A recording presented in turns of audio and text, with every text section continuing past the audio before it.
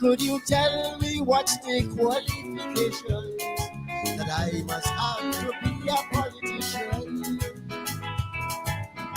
When I grow up, I want to become a famous man, like Mr. Blair or Bill Clinton.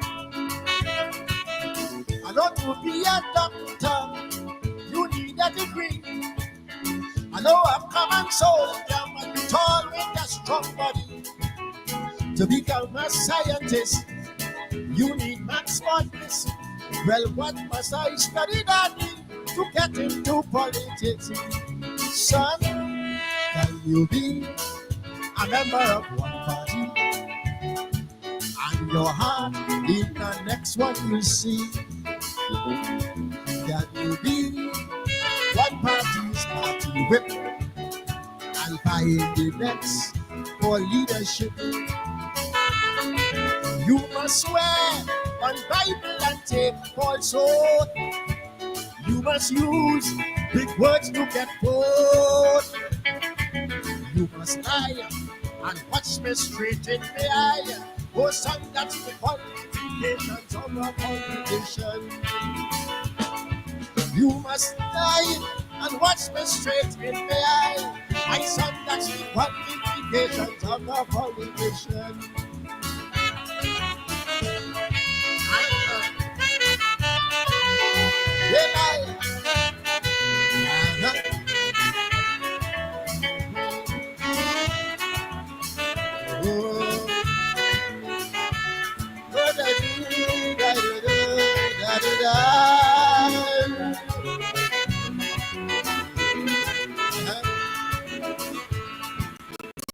Son, a politician is a special breed of man with a special personality. He will promise you paradise and the promised land, and after elections he knows nobody. He'll give his party members car, house and big loan. Though they have no papers, he will spread pets in a wrong hole. He's one who shows no pity for vagrants and for humans. If you can behave like that, my son, you're on your way to the one. Son, can you see the crime rate escalating? Walk about and yet do nothing. Can you see two persons in one hospital and them say nothing at all? You must speak the Queen's English in Parliament and curse obscene when you reach the pavement. You must fool yourself and fool people in the long run. My son, that's the qualifications of a politician. You must thief and jail a man if he touch a leaf. Oh son, that's the qualifications of a politician.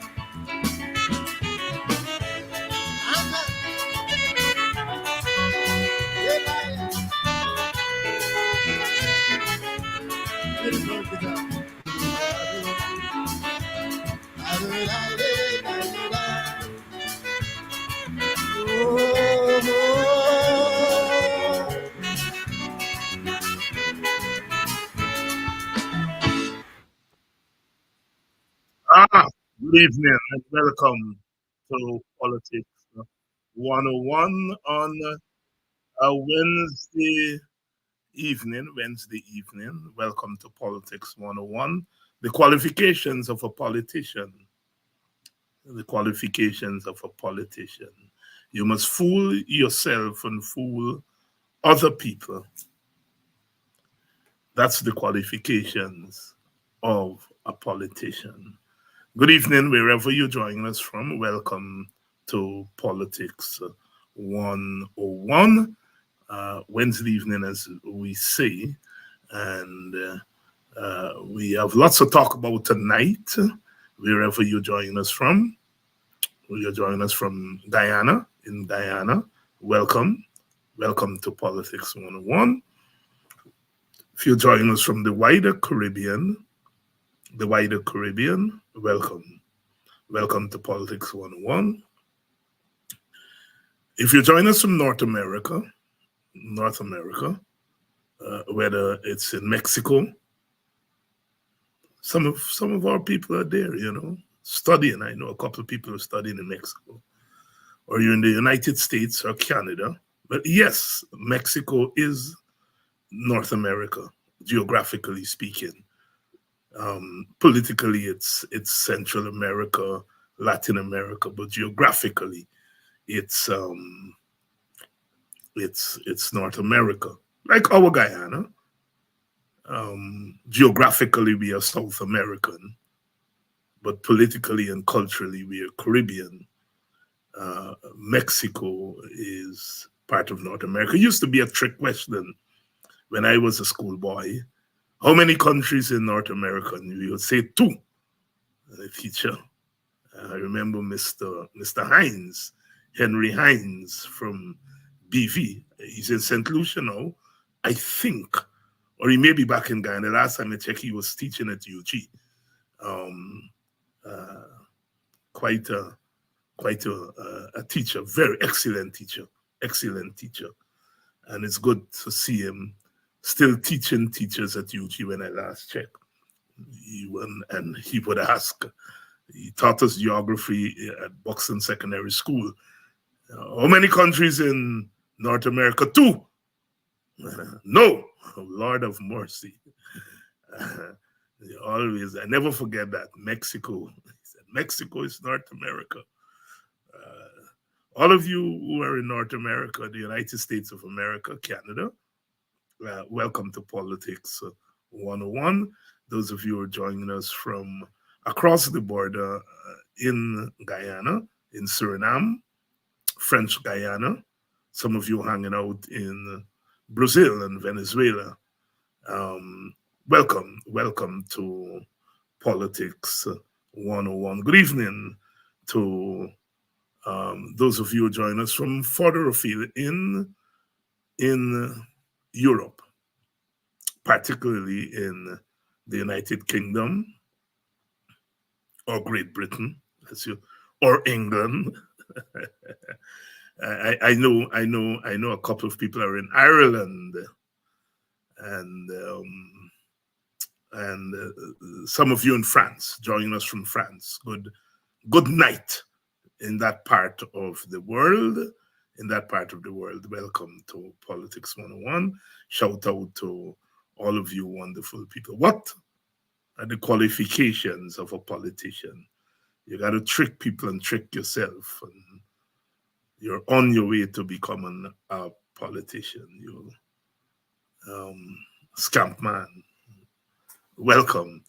Good evening to all of you who are joining us from down there in the southern part of the United States of America. 2 hurricanes, whap. Florida got hit both times, but people as far up as in Georgia, South Carolina, North Carolina, and people are still mopping up after those 2 hurricanes. Thank God in Guyana, we do not have to deal with that affliction, but of course we have to deal with other things such as flooding and that stuff. We're below sea level, so we have our own problems there. And with global warming, everything. I understand it's very, very hot in Guyana, extremely hotter than normal. Global warming. Good evening to those of you who are in Georgia, in South Carolina. How are you doing, Jose? Out there in South Carolina, and all you wonderful people in Georgia, in particular Atlanta, the Robertsons, and all the rest of you down there. Some of you are in Florida. How about those of you in Washington, D.C., Maryland, Virginia area? Welcome to Politics 101. As I said, we have lots to talk about tonight. And we are going to be joined by Mr. Wayne Caesar, who is the host of Over to You on Saturday nights.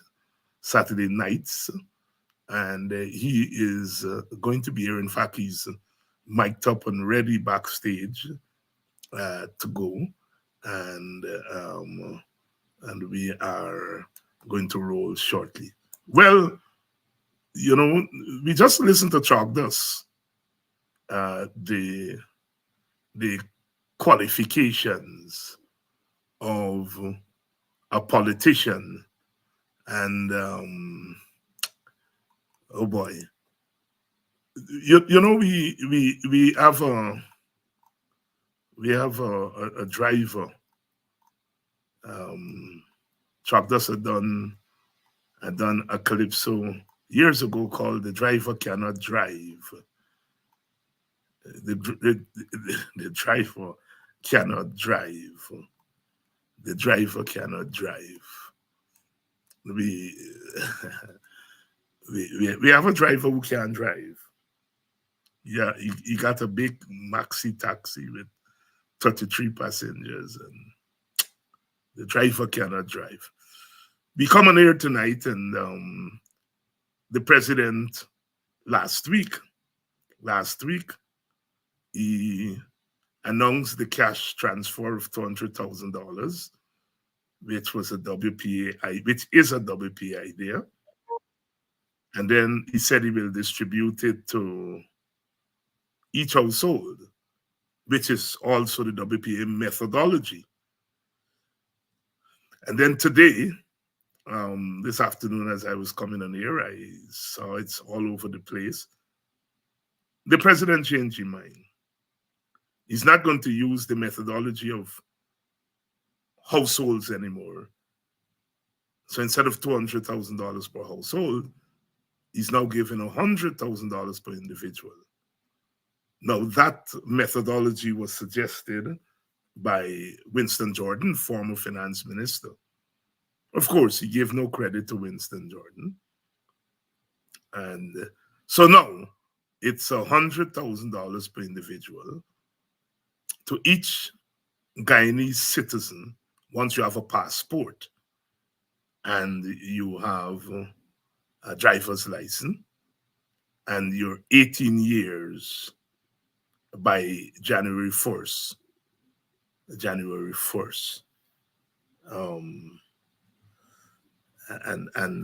So I understand the president said he listened to representation by especially young people who had some problems with who have some problems with the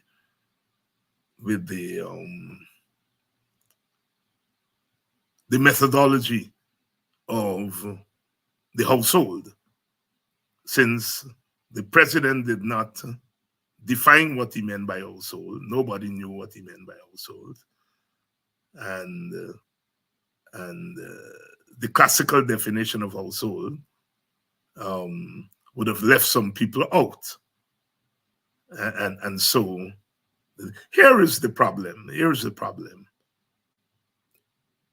Being the WPA said, we prefer the household methodology, but we ask for a feasibility study. You see, when you thief people things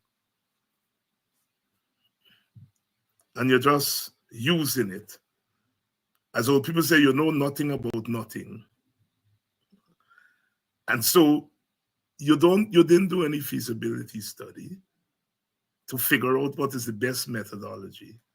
So you thief from the WPA, their methodology, then you change your mind, now you thief in Winston Jordan methodology because you did not do a feasibility study. And that is why we in the WPA said, while we have our preferences, we feel that in the end, this thing must be informed by a feasibility study. We know the PPP don't like feasibility studies for obvious reasons. So here they are. Last week, they come out with one thing, and this week they come out with another thing. Look, somebody sent me a text They say if you're born the 2nd of January 2007, you become 18 the day after the cutoff date. Cactus and Pepper war in Korea with such people. Such people will feel that they are cheated. This morning on Kadaki's program, I floated the idea of perhaps a hybrid system of using household and individual in order to plug these holes. Because if you born the 2nd of January 2007, you're not going to be 18 until the day afterwards. So you out. If you're a young family, you're a young mother and father with your children, young children, you're in your 20s or 30s and you don't have adult children, you have young children. If they had used the household story, you would have gotten $200,000. They're now using the individual thing. You will get 200,000. Mama will get 100. Daddy will get 100. So you are right. You're losing both ways. But if you're a young mother with your young children, with the household, you'd have gotten 200,000. With the individual, now you're getting 100,000. So you see, you can't, unless you do a feasibility study, you can't plug every hole. So there are some people who are now going to complain, because I bet you a lot of the people who were saying that they want the individual thing, they wanted $200,000 individual. And these things, you have to do feasibility studies in order to determine what is the best methodology. So either way, you're going to have problems. A household in Guyana is 3.6 persons. That's the equivalent of a household, according to the data of 2021. And if you look at the projected population in 2021, it was just over 800,000. That would have given us about 220 something, 224, 225 households. And that's what we in the WPA were working with.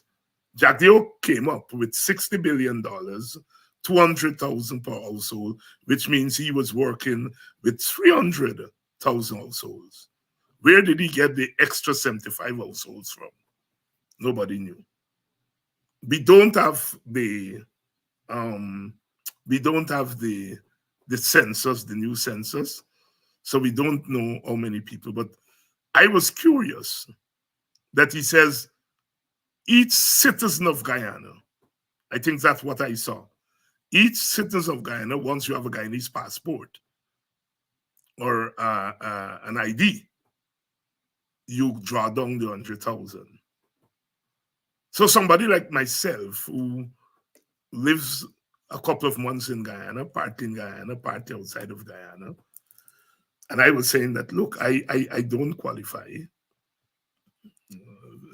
I now qualify. I get $100,000 because I have a Guyanese passport and I have a Guyanese driver's license and I have a Guyanese ID.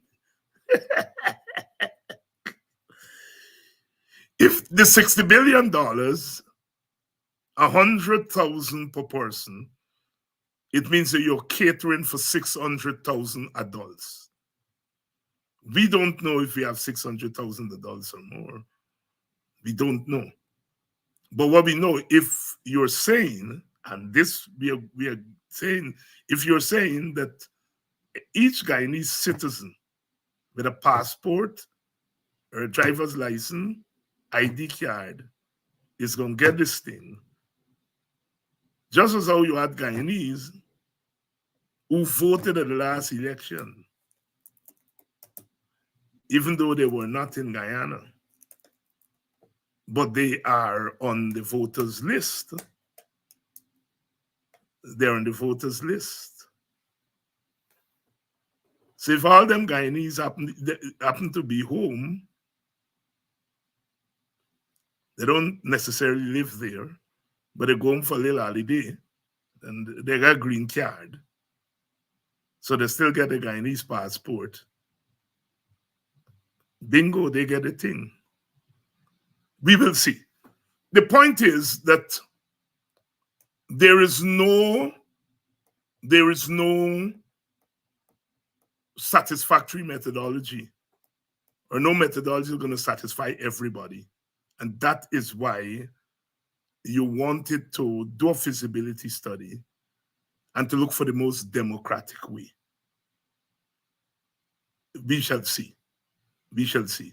But again, what it shows is when you do a scarum story without any serious plan, this is where you end up. You end up in Buddha book. And that is what has happened to the government. Good evening and welcome to Politics 101. With the news that the government has changed its mind. It is no longer giving $200,000 per household. It's giving $100,000 to each individual 18 years and over. And you have to be 18 years by January 1st, 2025. If you're born January 2nd and you become 18 on January 2nd, out goes you. You get nothing. Good evening, welcome. I think we are ready to roll. We're ready to roll with our conversation. Let's bring in our guest, Mr. Wayne Caesar. Brother Wayne, good evening.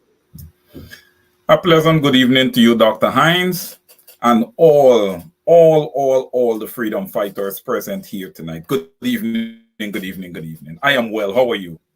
I am surviving by Almighty God's grace. And how is the show going? Saturday night on at 7 o'clock. Over to you. Yes. The show is going very, very well. You know, thanks to the listeners and viewers. As I always say, Over to You is a program for the people, by the people. It's the people's program. I represent the people of Guyana. Representing the people of Guyana. The big news, Brother Wayne, of course, is the president's announcement. Last Thursday in the National Assembly of a menu of initiatives aimed at, as he said, putting more money in people's hands. And the headline initiatives were the cash transfer of $200,000, which for each household, which is now adjusted today to $100,000 per individual. And the second initiative was free education at the University of Guyana. And third, the upping of the minimum wage to no less than $100,000. All are opposition initiatives. Cash transfer, WPA, free education, PNC. All the opposition parties have agreed that you should raise the minimum wage. What was your initial response when you heard these initiatives by the president? Well, Dr. Hines, let me first start off by, acknowledging, and I'm going to say this. Dr. Clive Thomas, is the face of cash transfers in Guyana. He's the founder. Dr. Clive Thomas and the WPA is the founder of the cash transfer. Okay, when it comes to the $200,000, Dr. Hines, per household, I did not agree, and I said it on my program on Saturday. Why I did not agree, number one, like you would have said earlier, we have not seen that a study was done. That was number one. And let me just piggyback a little bit and say kudos again to Dr. Clive Thomas for coming up with these numbers, because we have to remember, when he did this study, we did not start, the extraction of oil had not started yet. So he basically had to kind of use estimated numbers here. And to come up with such a figure, it's a very, very good figure. It's a workable figure. Whether you look at it from the perspective of head of household or individual, it's a very good starting point. So I want to make that clear. We could have done further studies to see where we stand now, but that was not done. Okay, given that that was not done, okay, I still disagreed, because what I would have said on Saturday, what incentive are you giving to our young people who are doing what is right by going out there and working? What incentive are you giving them when you come and you're going to give to the head of household $200,000 and there is nothing there for the young people? Okay, I said on the program that you could have given young people either $75,000 or $100,000. If you can do $200,000 to the head of household, I am sure that you can do $75,000 to $100,000 for the young people. And that's why I applaud former Finance Minister Winston Jordan and what he would have brought out here after the fact, saying that, okay, if we're going to go down that road, it is better if every Guyanese adult, 18 years or older, receive the $100,000 on cash grant. But then, Dr. Hines, I kind of think of it that, this government is so cheap, man. Okay? We don't know the exact date that the distributions is going to start. So we can push it out a little more for those individuals who are going to turn 18 right on the cusp of that distribution, and let them also benefit. What is the problem? What is Barry Jagdeo's problem? Barry Jagdeo and the PPPC's problems with Guyanese receiving from this oil patrimony? They seem to have a problem, Dr. Hines. Yeah, I mean, that they haven't thought the thing through, no doubt. I mean, if you had said if you turn 18 any time during the year of 2025, that would have been reasonable. It covers everybody, whether you turn 18 in January or you turn 18 on the 31st of December. That would have been reasonable. You see, when you give it to the individuals, you take, they have some families in Guyana with 4 adults, 4 big people: mother, father, grandmother, uncle, and then you get adult children. So you could have in a household about 6 individuals, 7 individuals who are adults. Now, if you gave the household, they would have just gotten $200,000. Now you give $100,000 per individual with 7 big people in the house, they get $700,000. So the $100,000 work well for that kind of family. But like I said, if you have a young mother who is 25 years old with your 4 children, single mother household, she would have gotten $200,000, but now she's only going to get $100,000. The thing is that you can't satisfy everybody with either of the 2 models, all right? And that is why I agree with you that the government needed to study this thing, think it through, and then flex, because clearly, I know plenty house that get 8, 9 big people. Sometimes we would joke and say, well, everybody is to fit in that place. I remember when my little nephew, born in America, we took him home for the first time in the little house that we grew up in. And that little boy, he looked around. He's Uncle David. Oh, you, Uncle George, Uncle Brian, Uncle Richard, Auntie Denise, my mom, Auntie, all of you all fitted in this house. We were all adults in that house, right? And so I know that I got some house with 5, 6, 7, 8 big people inside. And the $100,000 that works for them. It works for them. The household thing would not have worked for them, all right? And by the same token, like I said, if you're a young mother or a young father, 20-something year old raising your children, all you're going to get now is 100,000, whereas you would get a 200,000. So the thing was not well thought out. And as you said, they got the money. So why not say, if you turn 18, anytime in 2025, bingo, you get the $100,000. We have a government that is cavalier. We have a government that is floundering. We have a government that is snatching to anything because its objective is to remain in power, not to empower the Guyanese people, not to bring real relief to them. Your thoughts?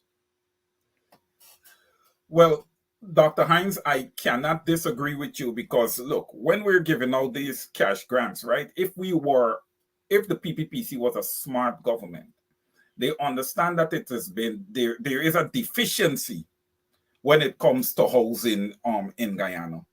Right? What you would do as the housing authorities to make sure that you clear away lands and have lots and these things available because you're giving out a cash grant. And like you said, if you have 5 or 6 adults in a home, and let's say that those individuals are renting, Dr. Hines, there goes the disposable income to put down on a piece of land. Okay? But it is so difficult, Dr. Hines, for the normal born and bred Guyanese to make any headway in Guyana without having large sums of capital to push the agenda. So yes, you are correct. Guyanese born and bred is at a major disadvantage under the PPPC government because there was no plans, there is no vision for such a people. There is no vision for the poor, Dr. Hines. As far as the PPPC is concerned, the poor will remain poor. Also, when I look at this $200,000 cash grant, what I see is an election pitch. Okay? That's what and Dr. Hines, the PPPC is so predictable because from the time they would have assumed power, I called this. I said that, listen, nothing is going to be done for Guyanese until the cycle is just about over and there is time for election. Then the PPPC will come back again. Now, Dr. Hines, this is going to be a major test of the Guyanese population and what they would have learned over the period of time that the PPPC would have assumed office to now. Come 2025, the picture will be completely painted based on where the people vote. Because, Dr. Hines, one of the things that we also need to make clear to the people, that $200,000 or $100,000 per an adult is not nearly enough. Okay? The numbers need to be put out there on the table, and proper studies need to be done. If you're making 7.9 million US a day, it doesn't equate, right? In one cycle, one election cycle, that Guyanese are receiving $100,000 per an adult, and keeping in mind that you still have adults in Guyana with that pink slip from the COVID cash grant. We need to keep these things in mind, Dr. Hines, because these are major blunders by the PPPC as a government.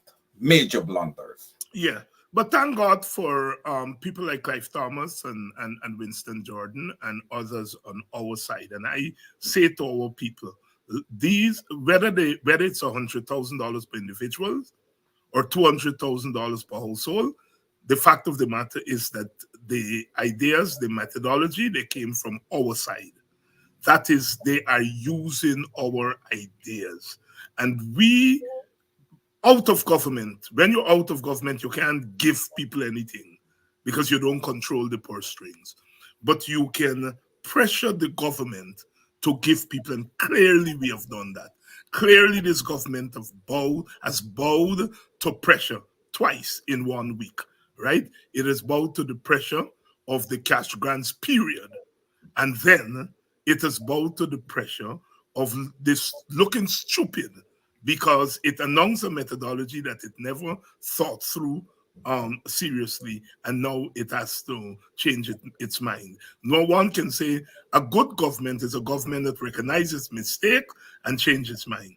And so on a normal day, in normal circumstances, you will say kudos for the government to recognize that they made a mistake with the household thing, that it wasn't well thought through, and it's the better option, at least for now, is the individual thing. But they're not driven by that.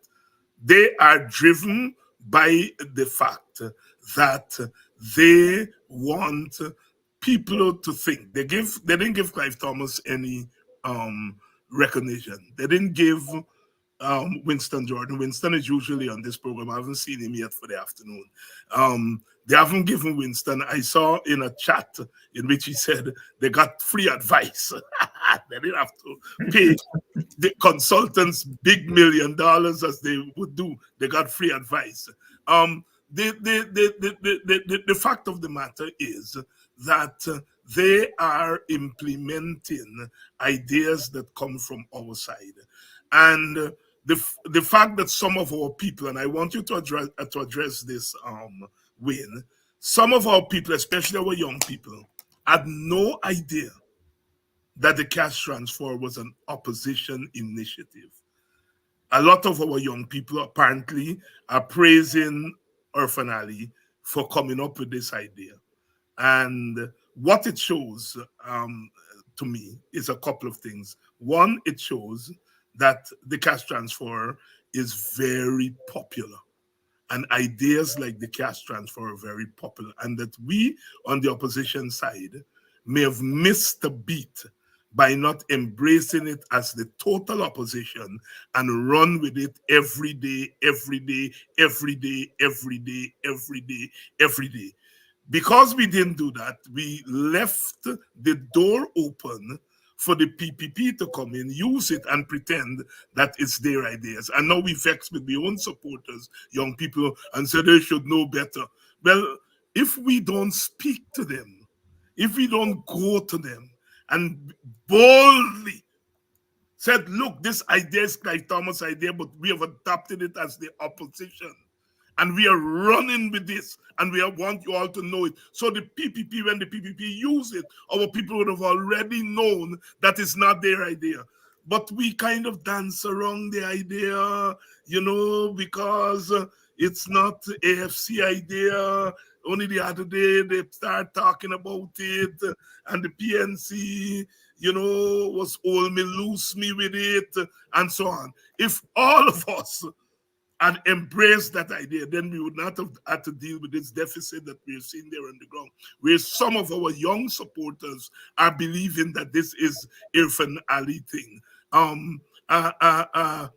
It points, Wayne, what do you think, to the lack of foresight on the part of the opposition in recognizing that when you're out of power, you have to be more aggressive than when you are in power, because all you have when you're out of power is ideas and promises to make to the populace. You don't have anything tangible to give them. Your thoughts on that?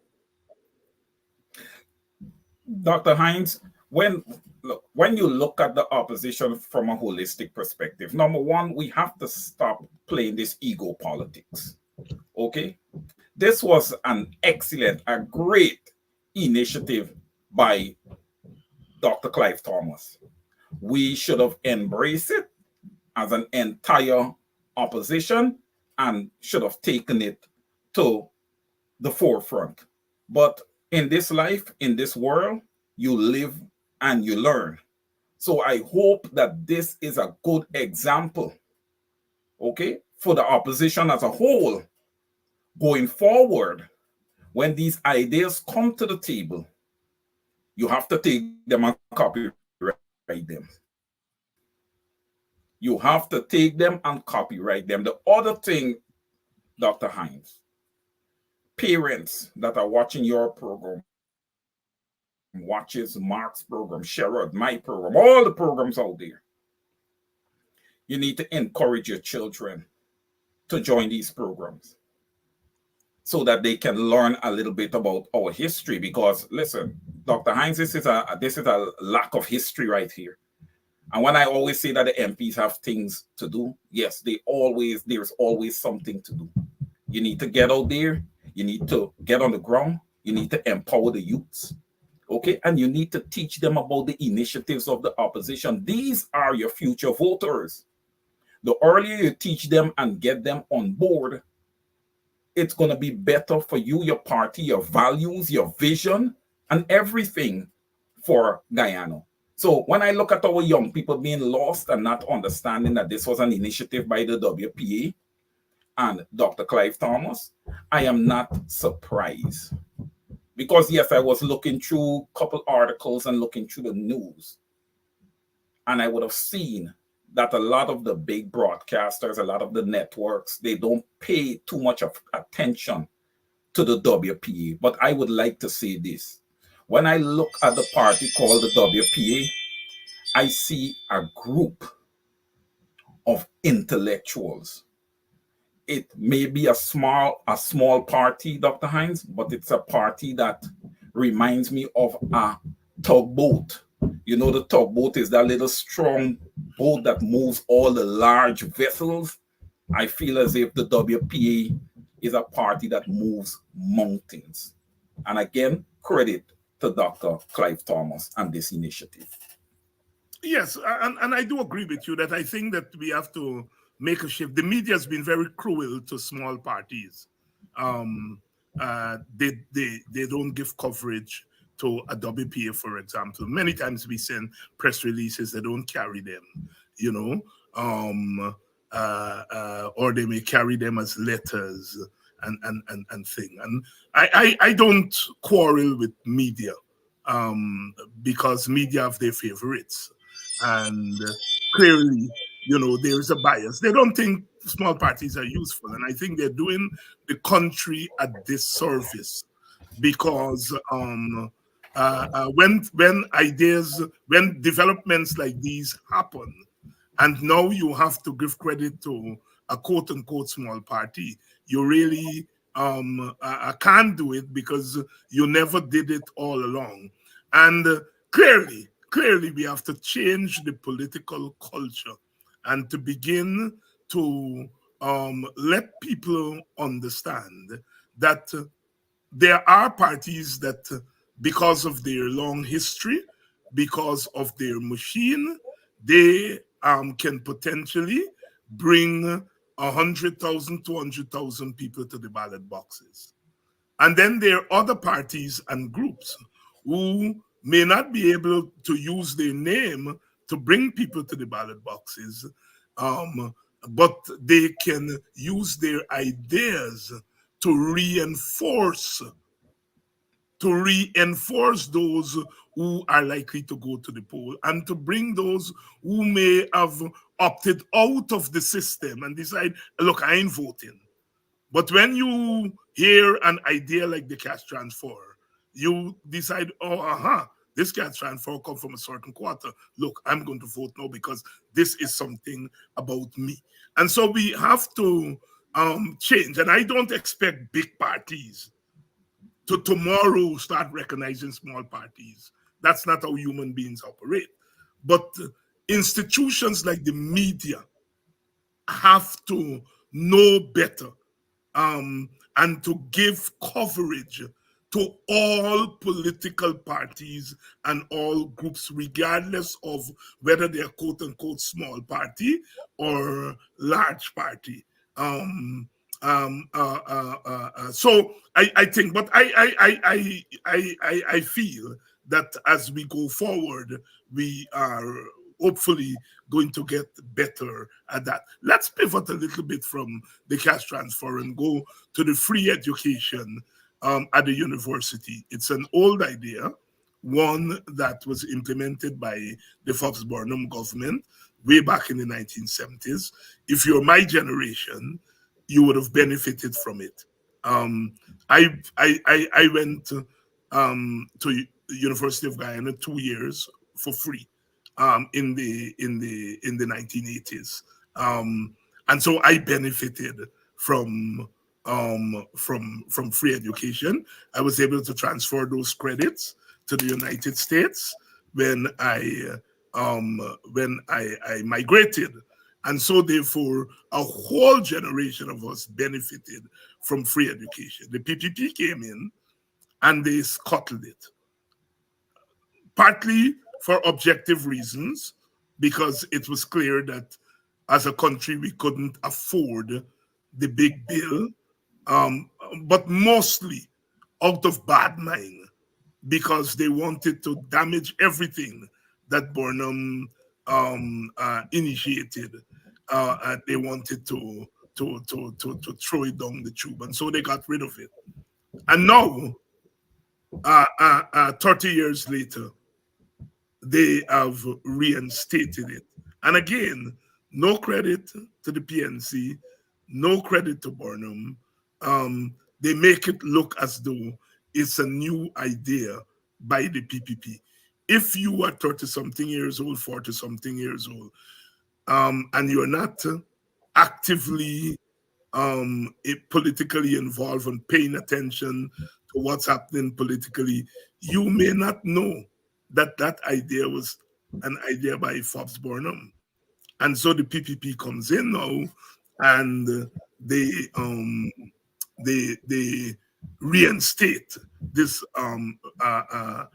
this initiative, and in a sense claiming it as their own. Be that as it may, it's now back to free education at the University of Guyana. How, in your estimation, how effective or how good that is for poor people?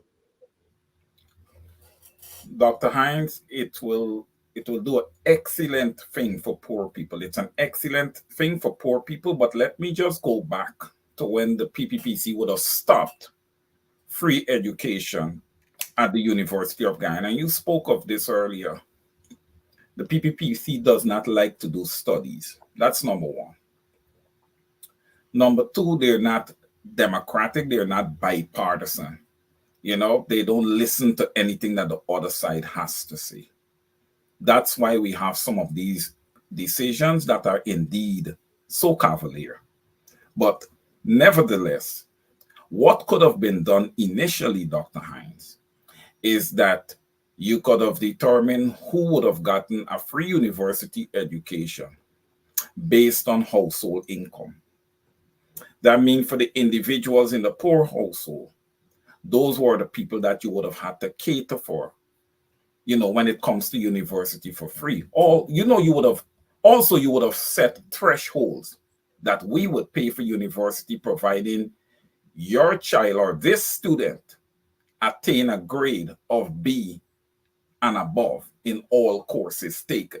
These are all criteria that could have been laid down. And Dr. Hines, you are a professor at a university, so you know where I'm going with this. Okay. Now, the students that have parents that are making quite a bit of money, those are the ones that would have had to pay, should have been paying the tuition. That could have been done. I'm going to push forward to now. What has happened now with the institution of free education at the university level starting in January? That's just the PPP going to be out of being in violation of our constitution, because when I look at it, for all those years, the PPP were in violation of our constitution, because our constitution says free education from nursery to university. Now, everybody likes to sit down and talk bad about Burnham. How was he able to execute in that time? And the PPPC was unable to execute on behalf of the Guyanese people, taking away a free university from them. And there are people out there who thinks that Jagdeo is great. How is that? Now, Dr. Hines, again, the PPPC is late. Free university should have commenced since they would have taken power. 6 months to a year later. Why now? Again, I'm going to point this out. Another elections pitch. Okay? As an opposition, we have to get out there and we have to teach the young people. Okay? That the absence of university for all these years was a total violation of our constitution. While I am excited, Dr. Hines, I still think of those individuals who would have went to university but just could not afford it. And to them, I say, it's better late than never. Go to university and attain your dreams. And I hope that the PPPC has put mechanisms in place to accept these individuals into university when they apply, and not tell them, oh, you didn't just finish your CXC, so you may be rusty and all these type of things. They must be allowed. It is their right. The PPP would have infringed on that for 20-something plus years. So yes. Yes, you're quite right. And of course, even now, where tuition is free, I mean, it's one university and there are so many seats at the university. And so clearly it is those students with a 20 subject and 15 subject who are likely to get into the university first than the poorer children who may have 5 subject or 7 subject or 8 subject.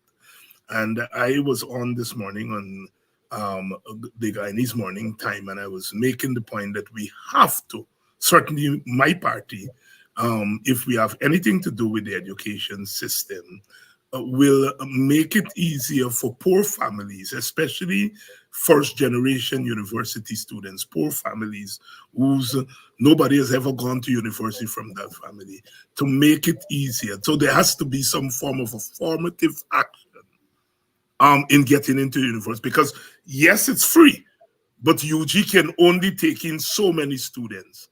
And like I said, it is those students with plenty subject who are going to get in first.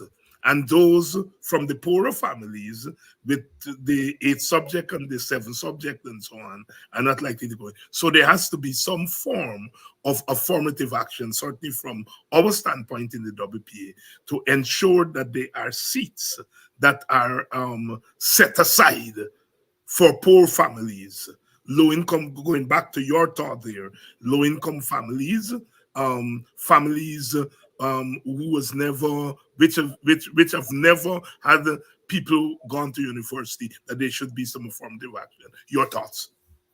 Dr. Hines, that is great right there. Because what you just did, you just set criteria. You're saying that a certain amount of a certain percentage, okay, of poor individuals, a certain percentage of individuals who is like the first generation, the first individual to ever attend college from that family, you're saying that those seats should be allocated and ready for those individuals to the extent that we have enough people to fill those seats. Well, if you don't have enough people, that's a different thing. You're going to fill it with others. Yes. Right? But you're saying that these criteria should be set. I totally agree that that's the way we should go if we want to strike a balance, because Dr. Hines, balance is so important.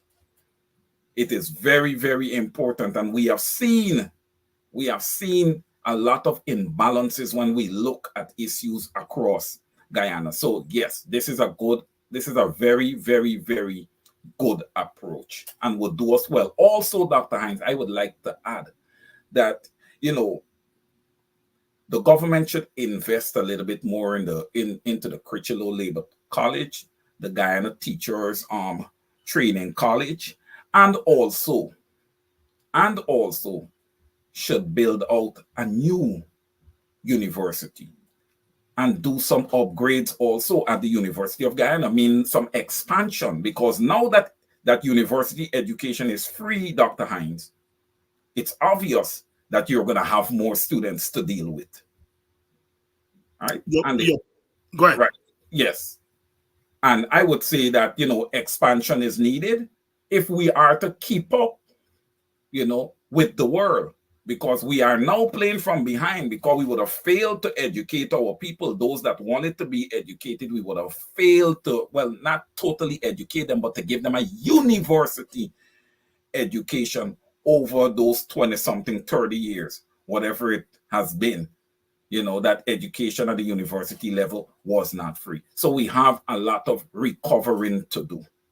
We have a lot of recovering to do. And your point is well taken, because, you know, university, let's face it, is an elitist institution, because only 5% of the world population, 5 to 10% of the world population are in universities right now across the world. So these are elitist and institution. This is an elitist institution, and you have to make it accessible for the ordinary people. In Arizona, where I live and work part of the time, the Constitution says that the state has the responsibility of ensuring that each citizen is afforded a university education.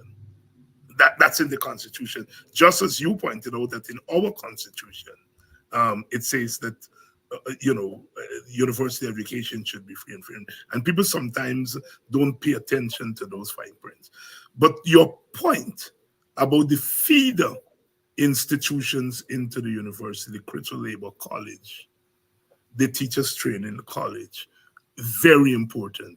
And I would add to that the trade schools, the GITC, and those, because not all of our people are into the sociology and the law and the chemistry and the biology and so on and so forth.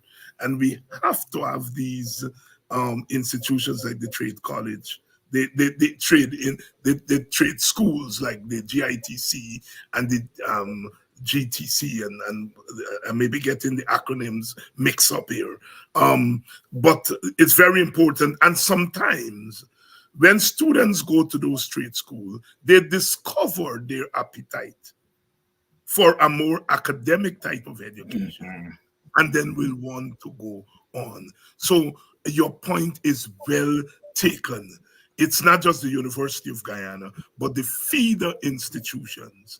There are so many people who would not have gone to university had it not been for Critical Labor College, right? You live in the United States and you know that the community colleges are very important. Often, poor people, children are able to go to those community colleges, do the first 2 years there, and then go over to the 4-year college. And I tell you something, Wayne, when you come to the graduation, what we find at the university is that the students who come in from the community colleges do as well as those who went straight in to the universities. And in many instances, in fact, there's a study in California that showed the students who came in from the community college actually do better. They graduate with better GPAs than the students who went straight in. So there is a place for these community colleges, like the Critical Labor College, like the trade schools, and it's a major shame that the subvention to Critchlow has been removed. We know that Ipada G started some night schools. Aubrey Northman, he was advisor on youth. He also started night schools, and a lot of these night schools have been closed by the government. We have to give our people a second chance. I don't know if you may not be old enough to remember that there were people who failed common entrance, but they got a chance to go on and do something. We used to have some exam called preliminary examination, and then CP, the College of Preceptors. And people failed at common entrance were able to go on and do the prelim and do the CP. Some of the big people here on the show will remember CP and come in to high school, secondary school at fourth form. And when they came in at fourth form, they did as well as the rest of us who were there from first form.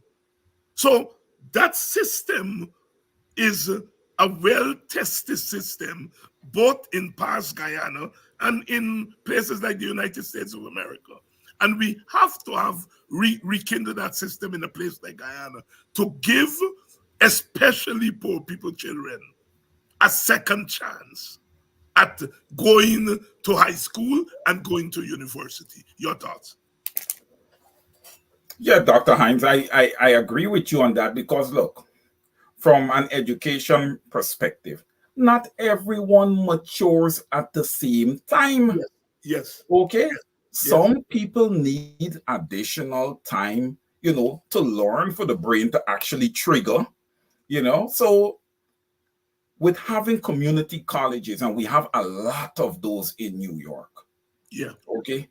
And what it creates a bridge. Like, for example, if you look at like a BMCC have a strong accounting program, and it's a bridge to Baruch and Brooklyn College, right? So that is important, not because you would have, and you've spoken about people failing common entrance, not because you have failed common entrance, it's the end of the world. It's the end of life. No, you got to get up back. You got to keep going. You probably was not matured yet enough and ready for that level of, academics. But once you get back on that horse, Dr. Hines, like I said, these community college and these institutions that, flows up to the larger institutions are the ones that, people get into and get themselves to that point, build themselves up, matriculate themselves to that point that they're ready for the larger university. So when you look at University of Guyana, and this is good that we talk about Critchlow and we talk about, the GTIs and the Guyana Teachers Training College and these things. We have to look at it from the ground up. We don't just look at University of Guyana and nothing else. They are subsidiaries below the University of Guyana, right? That flows up these smart matriculated students that you would have spoken of. We need a system like that in Guyana. But Dr. Hines, what's unfortunate for the Guyanese people at this time is that you have the wrong government in place. Okay, you don't have a government that have that type of a vision for its people.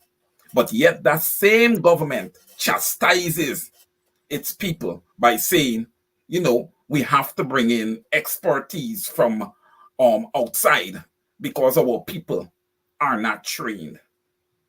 You ask yourself the question, whose fault it is?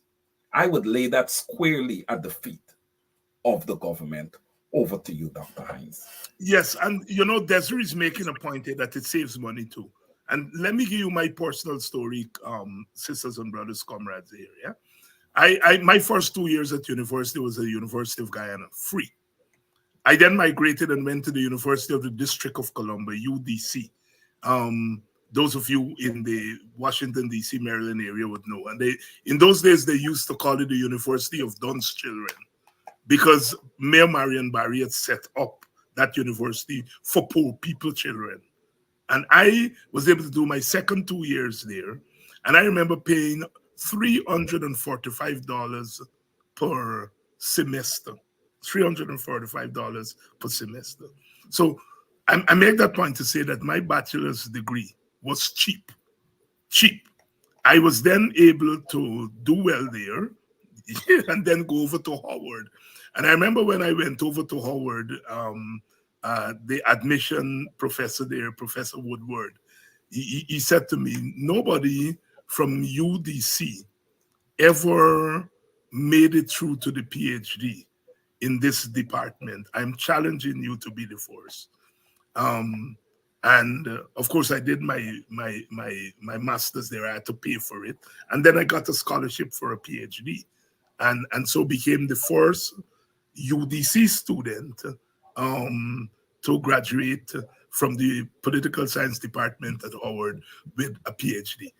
Nowadays, it's commonplace for UDC students to do. But more than that, UDC today is now white people's school. They used to cuss it. They used to cuss it and say, oh, it's the University of Dunn's children and so on. Now, white people are going there because it's relatively cheap.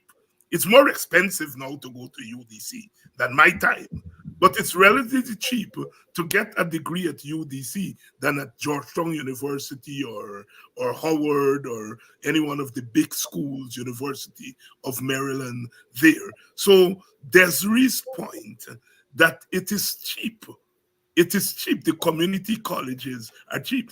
Imagine if we were to have a community college in Region 5, a community college in Region 8, Region 9, one in Region 2, you know, how much that would help in terms of preparing our young people. And then they can get their associate degree, and they don't necessarily have to go on to the big university. They can get their associate degree in areas, technical areas, because we're now a petrol state. And we need technical people. We need engineers. We need people with all kinds of technical skill. You know, and an area like economics, for example. You know, I remember running away from economics when I was at UG because we had to do a course called econometrics. Plenty mathematics and so on. I said, not me. Numbers, yes. Yeah. Not me. Later on,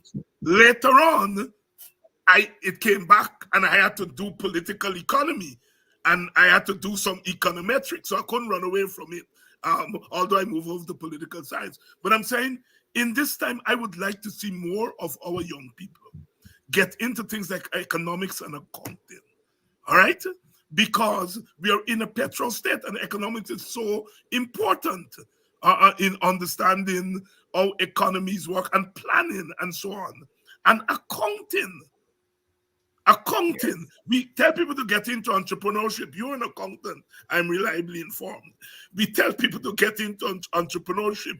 But if you can't count your own money, you're going to end up paying people to count your money for you. Yes. You know, so these are areas that we can set up, these community colleges, and privilege things like economics and accounting and engineering and so on, and give young people a chance to get into those areas of study very early, and they don't have to leave because people are now making children young.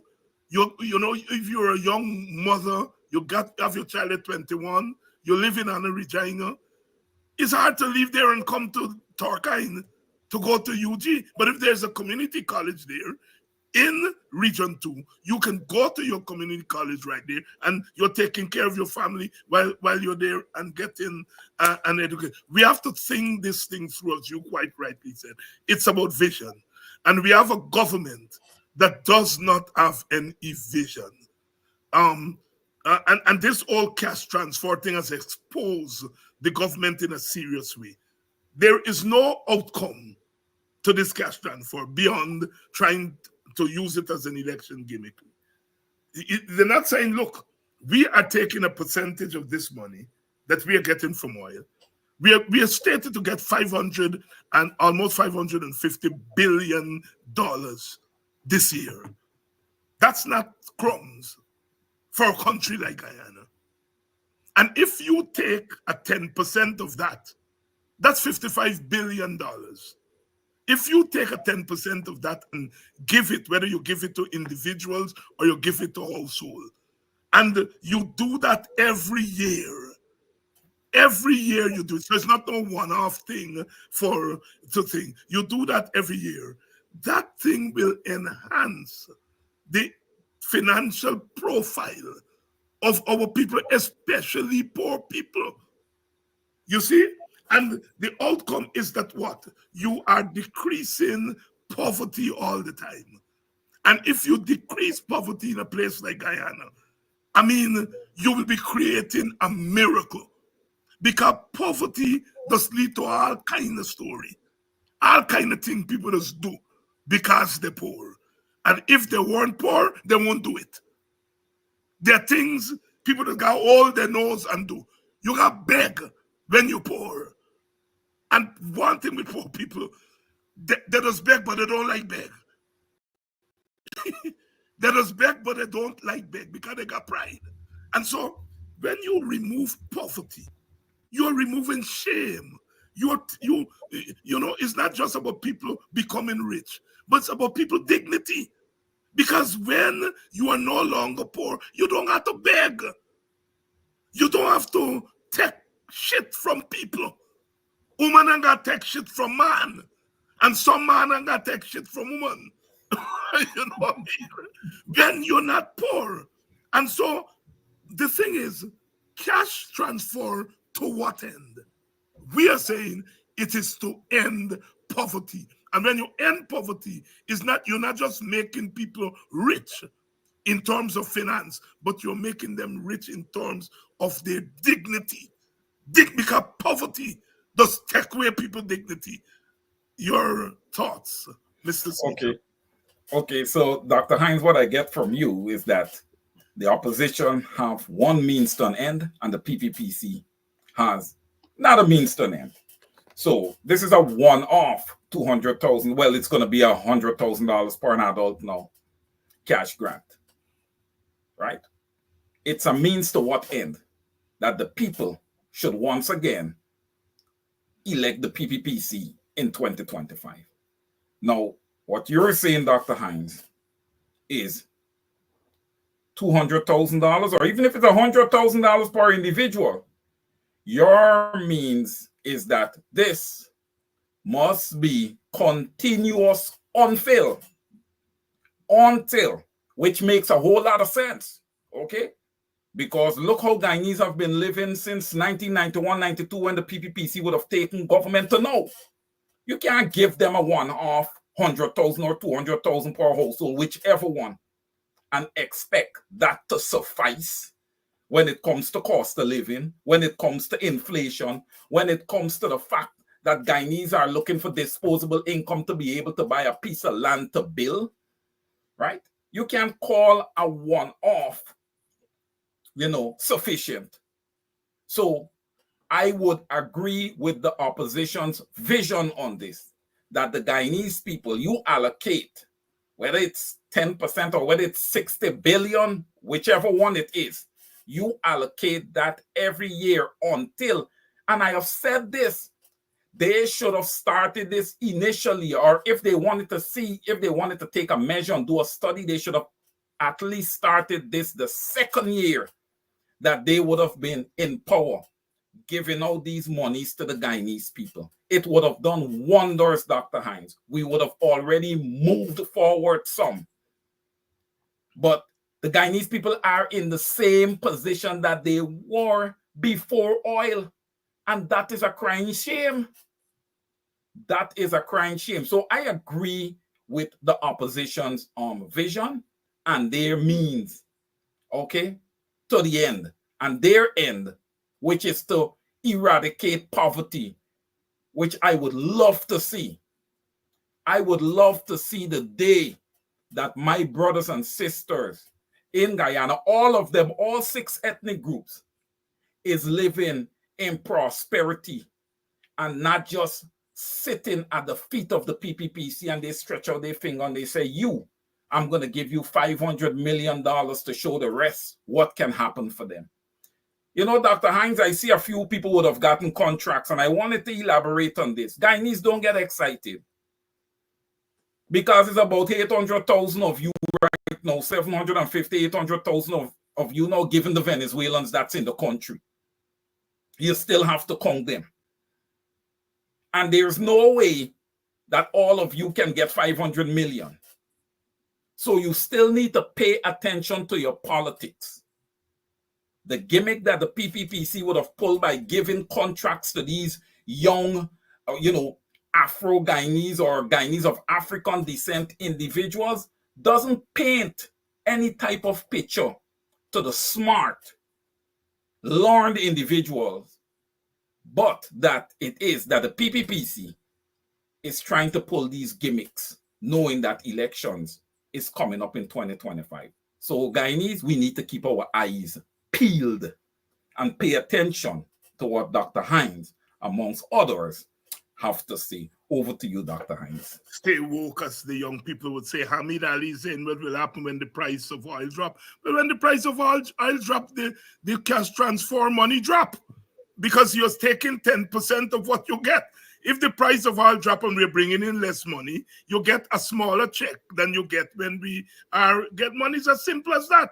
And in any case, at some point, because you're trying to eradicate poverty, the more people come out of poverty, the less they would be dependent on that check that is coming from the government. That is the key here. That is why outcome, Hamid, is very, very important. I know you're a PPP man, but let's be reasonable here.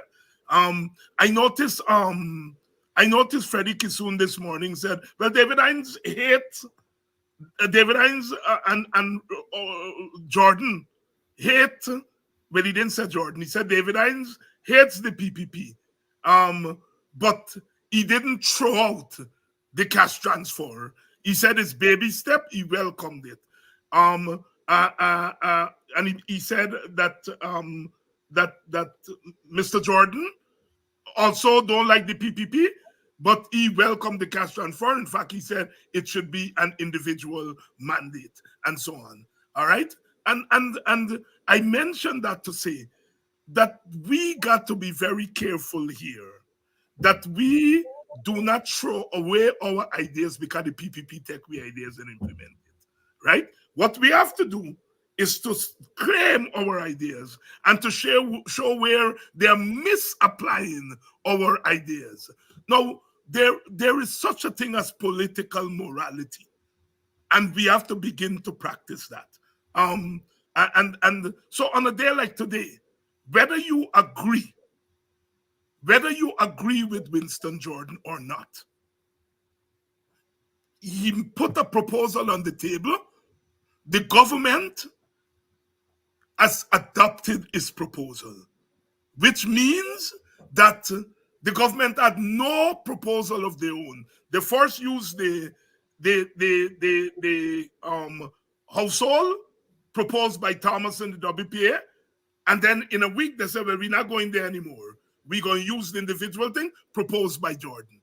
Whether you agree with household or you agree with individual, both of the methodology come from our side. That is the important thing. And as I said this morning, I want people like Winston Jordan and Clive Thomas and Elston Lowe and all of them to sit down and to take all of the proposals that is coming from the opposition and put it together in a neat package that cover all bases. Clearly, the household option doesn't cover all bases. The individual option doesn't cover all bases. Both of them cover both of them got flaws. So what I want is for our technical economic gurus to sit down and to come up with a strong opposition proposal, because clearly what this PPP is doing is thundering. They're like Balili. When you have heard about Balili? No. You gotta ask them big people for the Balili is like a scavenger. They're from Moses. When old people tell you you're like a Balili. I mean, you're clean up everywhere you're going and think you have no idea, no vision of your own. This is what we have for a government. And clearly, what this government has done in a backhand way is to admit that the vision and the ideas are coming from our side. And I want you, our supporters, to embrace that. We can argue about whether the individual or the our soul is the better thing. That's human beings. We are always going to disagree and so on and so forth. The fact of the matter is that both approaches emanated from us, right? And like I said, Winston Jordan was bold enough to come out and to say, not just said give to individuals, he said give 100,000. And the PPP take the individual mandate and they're taking number 2. These people, they have no shame. There's something else. But we have to understand that the PPP has got their finger on something that perhaps the opposition doesn't have his finger on. The PPP, they're the government, they got resources, they go wrong. They're listening, they're hearing what people are saying, and they're responding. They're doing polls. I know that they're doing weekly polls.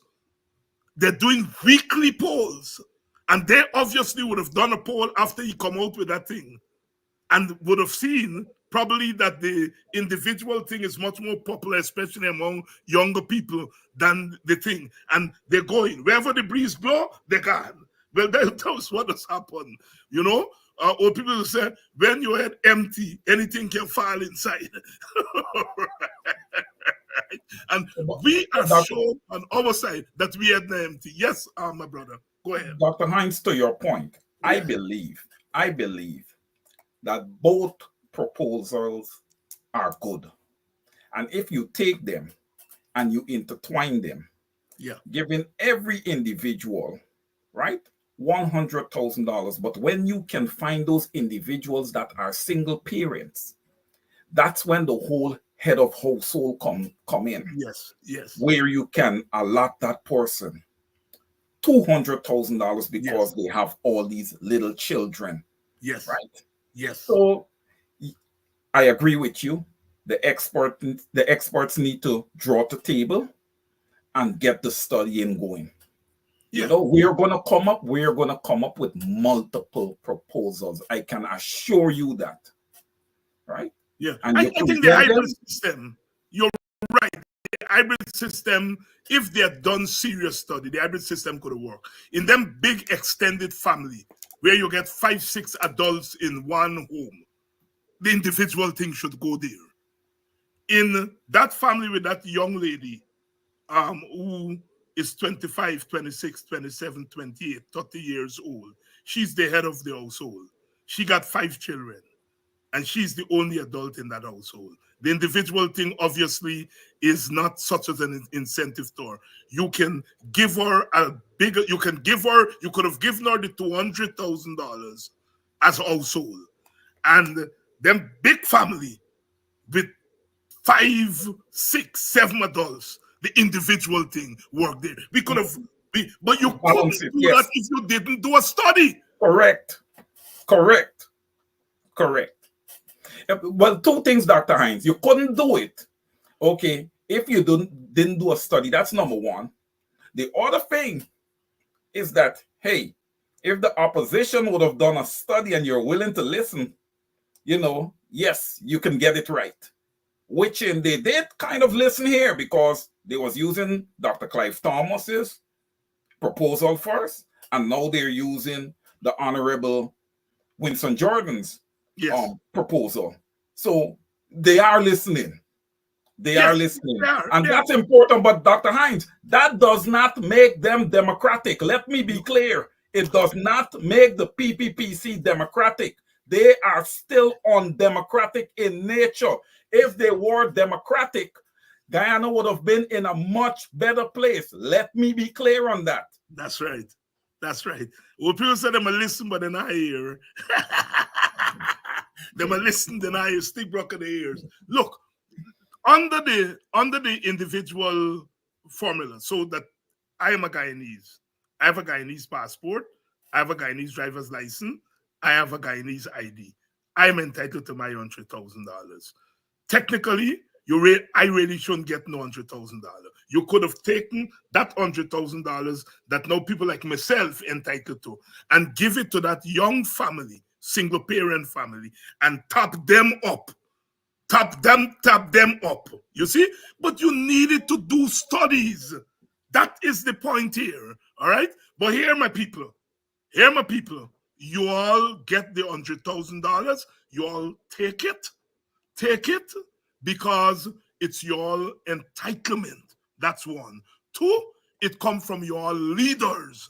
It's your leaders who put it on the table and force the PPP to adopt it lock, stock, and barrel. So you all take it.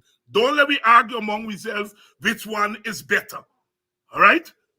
What we have to do, take power next year and do it the right way. Take power and do it the right way. If we're out of power and we can get you all $100,000 per individual, think if we get into power and you all put all our feet to the fire, how much more you all can get. And not to say all the feet to the fire, because one of the mistake we made with the coalition when it was in power the last time, we were triumphant and we didn't hold the feet to the fire. I tried to hold the feet to the fire, they fired me 2 times, right? This time come, they can't fire me if more of you all hold the feet to the fire. It's called tough love. You vote for government, do not do like PPP supporters and allow them to commit murder. Vote them in and hold the feet to the fire on your terms. On your terms.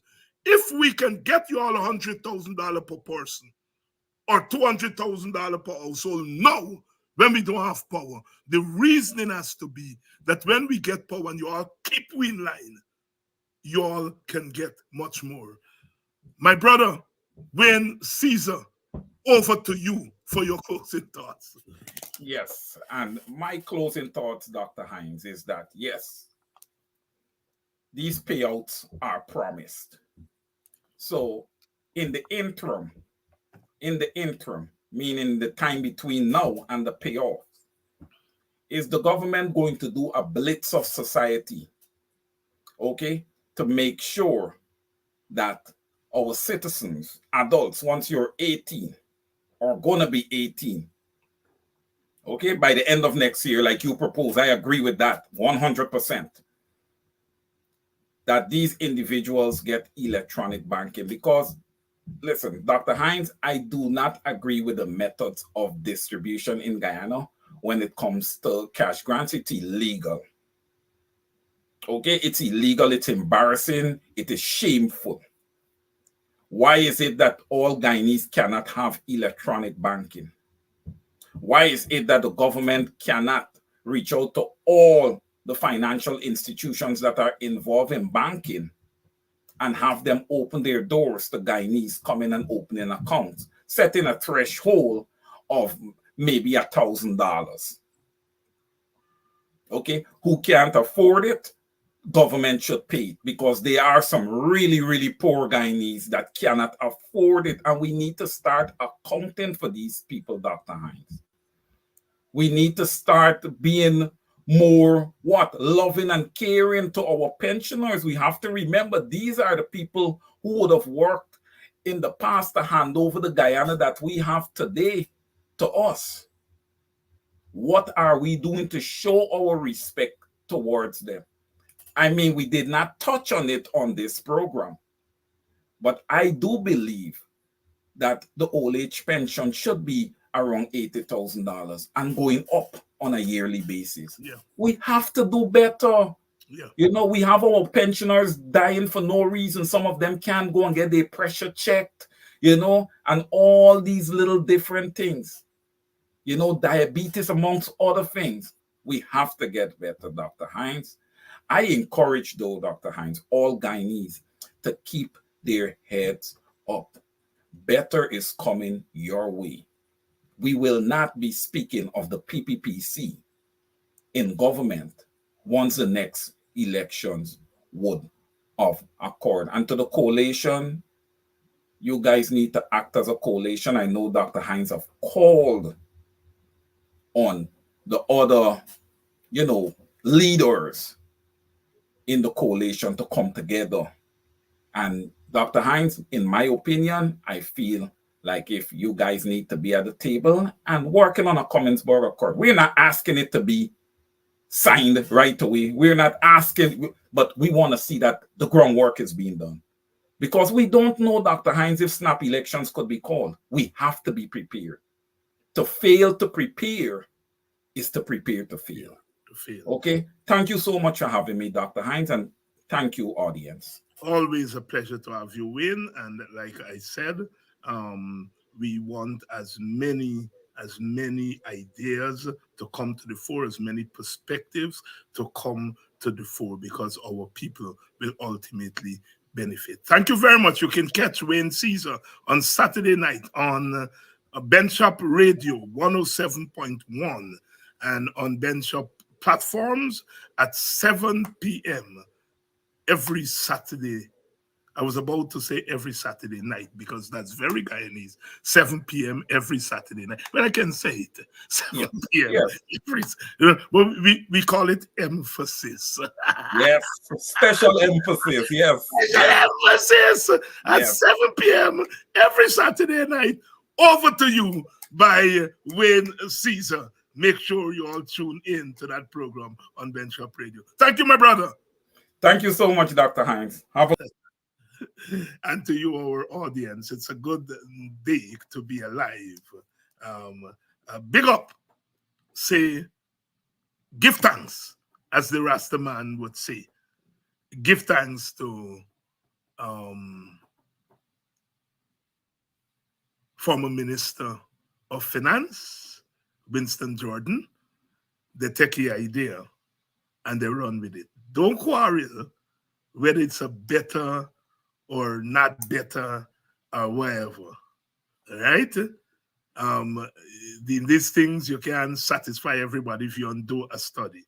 But I think Winston offered an easy way out, at least in the short term.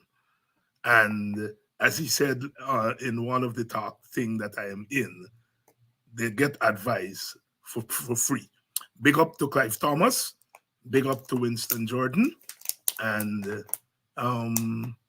we are going to keep on keeping on because we are on a mission until tomorrow night, same time, same place, where we will be doing it again. The Lion of Judah shall break every chain and give us the victory again and again and again.